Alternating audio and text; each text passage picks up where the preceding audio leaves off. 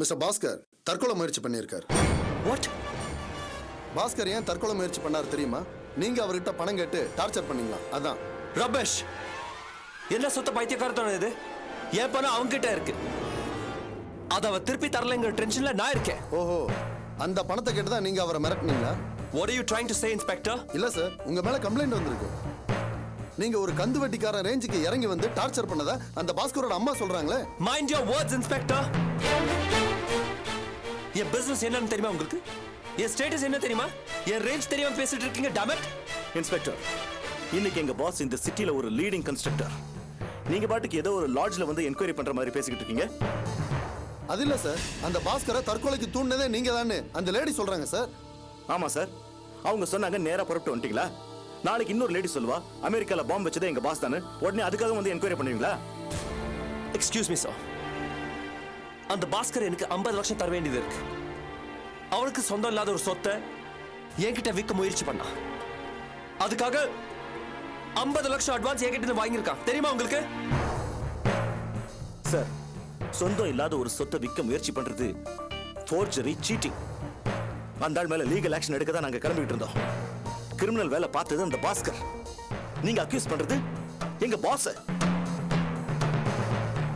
Look inspector, அந்த ஆள் drama போடுறான், அதை நீங்களும் நம்புறீங்களா? இல்ல சார், அவர் கிட்டத்தட்ட சாவோட விளிம்புக்கு போயிட்டார் சார். சாகல இல்ல, அதான் டிராமா. சம்பந்தப்பட்டிருக்கிறது என்னோட பணம், அதுவும் 1-2 இல்ல, 50 லட்சம், 50 lakhs. எந்த டிராமாக்கு நான் பயப்பட மாட்டேன் சார். எங்க இருக்க அந்த பாஸ்கர்? ஆழ்வார்பேட்ல டிடிகே ரோட்ல ஆரம் ஹாஸ்பிட்டல் சார். நானே வரேன், வாங்க. பாஸ், அந்த பேங்க் ஸ்டேட்மெண்ட் இன்னும் முடிக்கல. ஓ ஓகே, நீங்க போங்க, நாங்க அங்க வந்துடுறோம். அவ என்ன சொல்றான்னு நான் நேரடியாக பார்க்கறேன். Okay sir.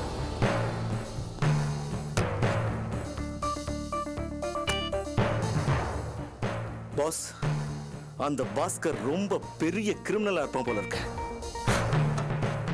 இந்த பாஸ்கர் மாதிரி எத்தனையோ கிரிமினல்ஸ் நான் பார்த்திருக்கேன். Rascal, fraud number 1.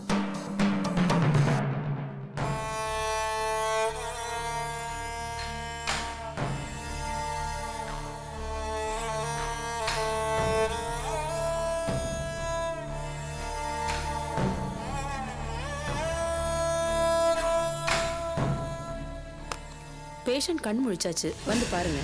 பாஸ்கரா, ஐயோ பாஸ்கரா, பாஸ்கரா, ஏண்டா பாஸ்கரா, அட பாவி பயலே, என் தலையில பாறாங்கல்ல தூக்கி போட பாத்தியாடா துரோகி. உன்னை இதுக்காக வாடா பெத்து வளர்த்து ஆளாக்குன. இங்க பாருடா உன் தங்கச்சியே, அவ கல்யாணம் தலைக்கு மேல நிக்குது. நாங்க 2 பேரும் வயசானவங்க, நாதியத்து நடுத்தரவுல நிக்கிறோம். நீயும் எங்களை விட்டு போயிடலாமாடா? அலமேலு, தாயை மூட மாட்டியா? பெத்த தாய் பேசுற பேச்சாது. அவன் இப்ப இருக்கிற நிலைமையில. ஆமா, நீங்க என்னையே குத்த சொல்லுங்க. ஆமாடி, ஆமா. அவன் மனசு நொந்து போய் இப்படி ஒரு காரியத்தை பண்ணதுக்கு முக்காவாசி காரணமே நீதான். புரிஞ்சுக்காம பேசிட்டு இருக்க. என்ன புரிஞ்சுக்காம பேசுறீங்க? இங்கெல்லாம் அப்படி கத்தக்கூடாது. சாரி டாக்டர், பேஷண்ட் கிட்ட என்கொயரி பண்ணணும். இவரை கொண்டு வந்து அட்மிட் பண்ணாங்களே, அந்த லேடி எங்க? வெளியே இருக்காங்க, உள்ள அனுப்புறேன். ஓகே. பாஸ்கரா, பாஸ்கரா, ஐயோ நான் என்ன பண்ணுவேன்? என் புள்ளைய இப்படி படுக்க வச்சுட்டாளுகளே. அவளுக்கு நல்லா இருப்பாளுகளா?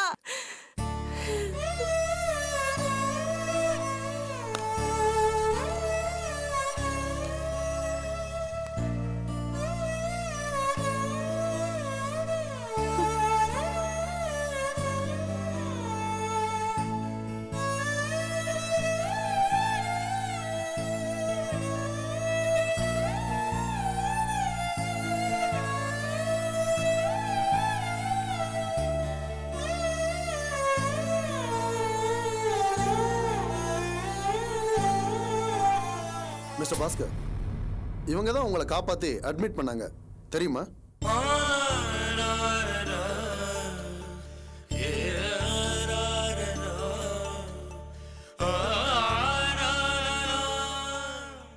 நீங்க விஷம் சாப்பிட்றதுக்கு முன்னாடி இவங்க கூட போன்ல பேசுனதா சொல்றாங்க, உண்மையா?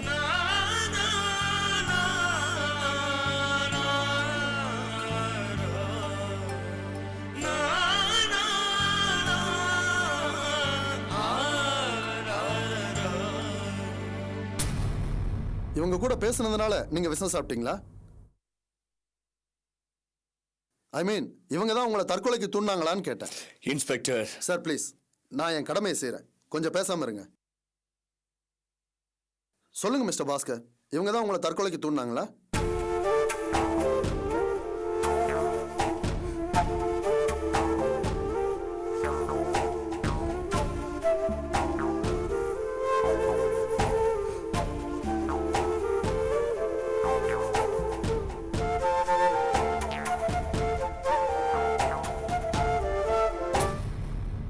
அவ்வளோதான் சார் எங்களுக்கு வேணும். மேடம் நீங்க போலாம்.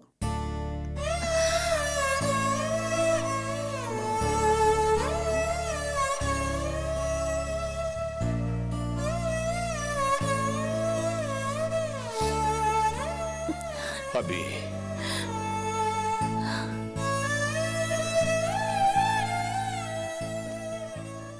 நன்றின்னு ஒரு வார்த்தை சொன்னா அது ரொம்ப சின்ன வார்த்தைம்மா. நீ காட்டுறது அக்கறை இல்லம்மா, பெரிய கருணை.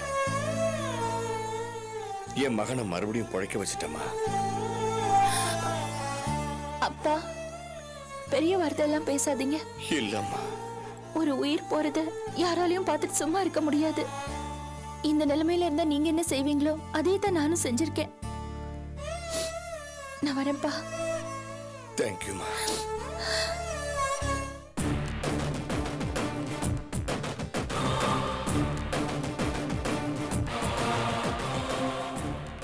Excuse me sir, mister Bhaskar ஒரு பேஷண்ட் எமர்ஜென்சி வார்டில் அட்மிட் ஆயிருக்காரு. எமர்ஜென்சி வார்டு எங்க இருக்கு? லாஸ்ட்ல ரைட் சார்.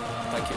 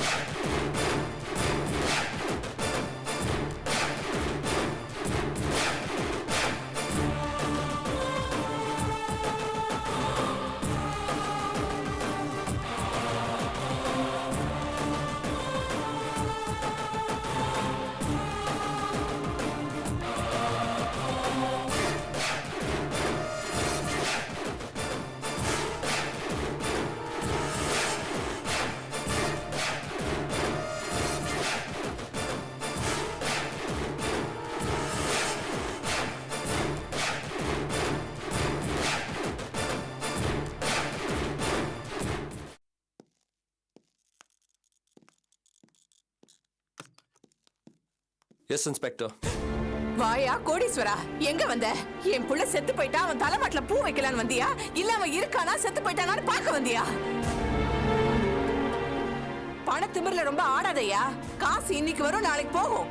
ஆனா என் புள்ள உசுறு போனா திரும்பி வருமாயா? அலமேலு, அட நீ என்னையா எதுக்கு எடுத்தாலும் உஷு உஷுன்னுட்டு? நீ கொஞ்சம் பேசாம இருயா. உங்க அப்பா என்னடான்னா சொத்தை விற்க விடாம எரிஞ்சல் பண்ணா. காலகாலத்துல அதை வித்திருந்தா இப்ப எங்களுக்கு இந்த சிக்கல் வந்திருக்குமாயா? அத உங்க அப்பன் கெடுத்தான். நீ என்னமோ பெருசா வாங்குறேன்னு வந்த, நல்லவன் நினைச்சேன். கடைசியில ஆளுக்கு ஆடி என்னென்னமோ குழப்பம் பண்ணி எதையுமே விளங்க விடாம நடுத்தருவுல கொடுத்து நிப்பாட்டிட்டீங்களேடா. இத பாருமா, எதுக்கு இப்படி வளவளன்னு கத்திக்கிட்டு இருக்க? ஐயா போலீஸ்காரரே, உங்களுக்கு விஷயமே தெரியாது. இப்ப பாத்தியா எங்க நிலைமைய? வீடு போச்சு, பணமும் போச்சு, எல்லாம் போய் நடுத்தரவுல நிக்கிறோம். எல்லாம் தெரிஞ்சும் நீ பேசுற பேச்சுல என் புள்ள உசுர விடுற நிலைமைக்கு கொண்டு வந்துட்டியே. நீ மட்டும் 1000 வருஷம் இதே வசதியோட வாழ்ந்துருவியாயா? போதும், நிறுத்துங்க. பேசாம இருந்தா நீங்க பாட்டுக்கு பேசிட்டே போறீங்க. பிரச்சனை என்னன்னு தெரிஞ்சு பேசுங்க, அரைக்குறையா உளராதீங்க. என்ன பாஸ்கர் இதெல்லாம்? நீங்க என்கிட்ட இருந்து 50 லட்சம் அட்வான்ஸ் வாங்குனீங்களா இல்லையா?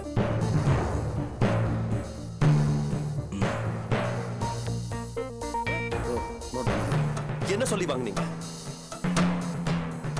உங்ககிட்ட இருக்க எடுத்து என்கிட்ட விக்கிறேன்னு சொல்லி தானே வாங்குனீங்க. இப்போ நீங்க விக்கிறதா சொல்ல சொத்து உங்களுக்கு இல்லைன்னு ஆயி போயிடுச்சு. அப்போ வாங்கின பணத்தை திருப்பி கொடுக்கதானே முறை? அந்த பணத்தை தானே உங்ககிட்ட கேட்டேன். நீங்களும் தரேன்னு சொன்னீங்க. ஒருவேளை நீங்க தரலன்னா நான் போலீஸ் போவேன்னு சொன்னேன். இதுதானே நடந்தது. பாத்தீங்களா சார், இதுதான் நடந்தது. இதுல என்னோட தப்பு எங்க இருக்கு? இதுல உங்க மேல எதுவும் தப்பு இருக்கிற மாதிரி தெரியலையே சார். இவர் ஏன் இந்த மாதிரி முயற்சி பண்ணாரு? இவரோட பிரச்சனை, முட்டாள்தனம். அதுக்கு நான் எப்படி பொறுப்பாக முடியும்? என்னோட பணத்தை கேட்கறதுக்கு எனக்கு உரிமை இருக்கு. என்னோட பணம் இன்னும் எனக்கு வரல. சொல்ல போற நான் தான் கம்ப்ளைண்ட் பண்ணிருக்கணும். நான் இப்போ கம்ப்ளைண்ட் கொடுக்குறேன். இங்க ரெஜிஸ்டர் பண்றீங்களா இல்ல போலீஸ் ஸ்டேஷன் வரட்டா? தம்பி தயவு செய்து அப்படிலாம் செஞ்சிடாதீங்க. உங்களுக்கு புண்ணியமா போகும். ப்ளீஸ் ஆதி, என் மகன் முதல்ல சரியாய் வரட்டும், மத்ததெல்லாம் அப்புறம் பேசிக்கலாம். என்ன சார் நீங்க இன்னும் பேசுறதுக்கு என்ன பெருசா இருக்கு? எங்க பாஸோட பணத்தை வாங்கி வச்சுக்கிட்டது இல்லாம போலீஸ் கிட்ட எங்க பாஸ பத்தி தப்பா ஸ்டேட்மெண்ட் கொடுத்திருக்கீங்க. இவங்க என்னடானா எங்க கிட்ட லோக்கல் கந்து வெட்டிக்காரங்க கிட்ட பேசுற மாதிரி பேசிக்கிட்டு இருக்காங்க. எங்க பாஸோட ஸ்டேட்டஸ்க்கு இதெல்லாம் தேவையா? காசையும் கொடுத்துட்டு எதுக்காக எங்க பாஸ் இப்படி அவமானப்படணும்? எங்களுக்கு டைம் வேஸ்ட். எத்தனை அப்பாயின்மெண்ட் கேன்சல் பண்ணிருக்கோம் தெரியுமா? ஏய் டே, உன் பகுமானத்தெல்லாம் காட்டி இங்க அலட்டாதடா. என் புள்ள உசுறு போற நிலைமை வந்துருச்சு. என்னமோ பேசுறான் பெரிய பேச்சு. என்னடா பெரிய காசு உங்க காசு? என் புள்ள உசுறு போயிட்டா திருப்பி கொடுப்பியாடா? அறிவு கட்ட ஜென்மமே, உனக்கு எவ்வளவு பட்டாலும் புத்தி வராதா? சூழ்நிலை தெரியாம பேசிக்கிட்டு இருக்கிய. இன்னும் ஒரு வார்த்தை பேசினா உன்னை கொன்னுடுவேன். வாயை மூடிட்டு இரு.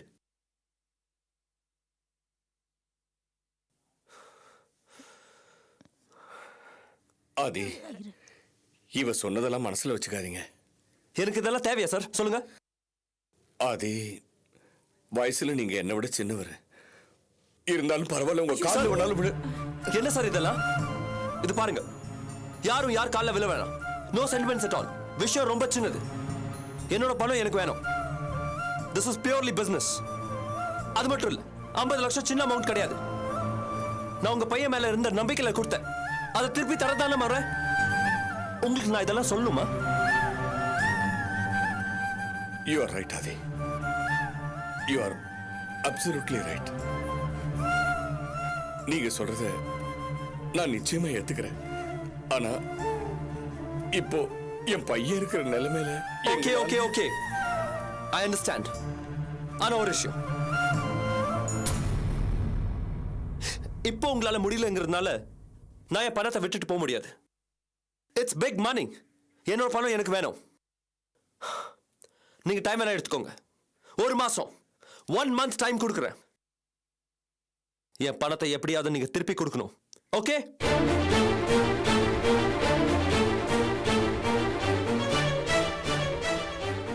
அதுக்கு மேல ஒரு நாள் கூட நான் பொறுத்துக்க மாட்டேன். I hope you understand that.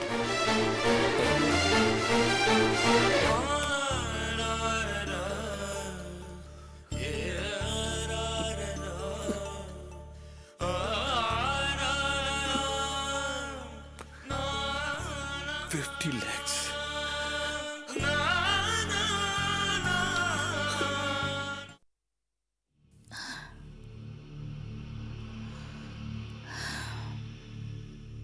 என்னாச்சு அபி? நான் ஊருக்கு போலம்மா. ட்ரிப்பு கேன்சல் ஆயிடுச்சு. அது எங்களுக்கு தெரியும். அந்த பாஸ்கருக்கு என்னாச்சு? உங்களுக்கு தெரியுமா? எப்படி? உங்க பாஸ் வந்து சொல்லிட்டு போனாரு. நீ ஒரு ஃபோன் பண்ணி சொல்லிருக்கலாம்ல. அந்த பதட்டத்துல போனை எங்க மிஸ் பண்ணேன்னு தெரியலம்மா. அபி, என்னாச்சு? எதுக்காக தற்கொலை வரைக்கும் போயிருக்காரு? அதானே, அவன் மத்தவனை தானே உசுரோட கொல்லுவான். டேய், நீ சும்மா இருக்கிறியா? என்ன பிரச்சனை அபி? இருக்கிறதெல்லாம் போயிடுச்சு. அவருக்கு ரஞ்சினி மூலமா வந்த சொத்து, ரஞ்சினியோட அப்பா எழுதின உயில் படி எல்லாமே ஒரு ட்ரஸ்ட்டுக்கு போயிடுச்சு. அது தவிர தொழில் ஆரம்பிக்கிறதுக்குன்னு பணம் கொடுத்த இடத்துலயும் மோசடி. பணம் போயிடுச்சு. ஸோ ஏமாற்றம், எதிர்காலத்தை பத்தின பயம், டிப்ரெஷன். அதான். அதுக்காக சாகணுமா? கோடி கணக்குல வந்த சொத்து ஒரே செகண்ட்ல கையை விட்டு போயிடுச்சுமா. அது பாதிக்க தானே செய்யும். அப்படி அனாமத்தா வந்த சொத்து அனாமத்தா தான் போகும். அந்த பாஸ்கர் ஒரு பச்சை அயோக்கியன். உன்னை ஏமாத்துனா, அப்புறம் அந்த ரஞ்சினியை ஏமாத்துனா. நீங்க 2 பேருமே ஏமாந்தீங்க. அவனை நம்பி நீ வாழ்க்கை இழந்த. அந்த ரஞ்சினி அவனை லவ் பண்ணி சொத்தை கொடுத்து உயிரையும் விட்டா. அந்த சாவு ரஞ்சினி உனக்கு பண்ண துரோகத்துக்கு கிடைச்ச தண்டனை. இப்ப பாஸ்கருக்கு கிடைச்சது அவன் உனக்கு பண்ண துரோகத்துக்கான தண்டனை. கடவுள் கரெக்டா தாங்க தண்டனை கொடுக்கறாரு. ஆனா நீ தான் அதை போய் தடுக்கற. ஏன் நீ என்ன பெரிய தியாகியா? அவன் உயிருக்கு ஆபத்துனா உனக்கு என்ன? நீ ஏன் உன் டைமையும் வேலையையும் வேஸ்ட் பண்ண? ஒரு ஆளோட life Anandhi. So what? That is not your life. It's not your problem. உன் லைஃப்ல நீ அடுத்த கட்டத்துக்கு போகணும். உன் பிசினஸ்க்காக நீ மும்பைக்கு போக வேண்டியிருந்ததுல அதை கெடுத்துக்கிட்டு இந்த துரோகியை காப்பாத்திருக்கியே, இது உனக்கு முட்டாள்தனமா படல? என்ன பேசுற நீ?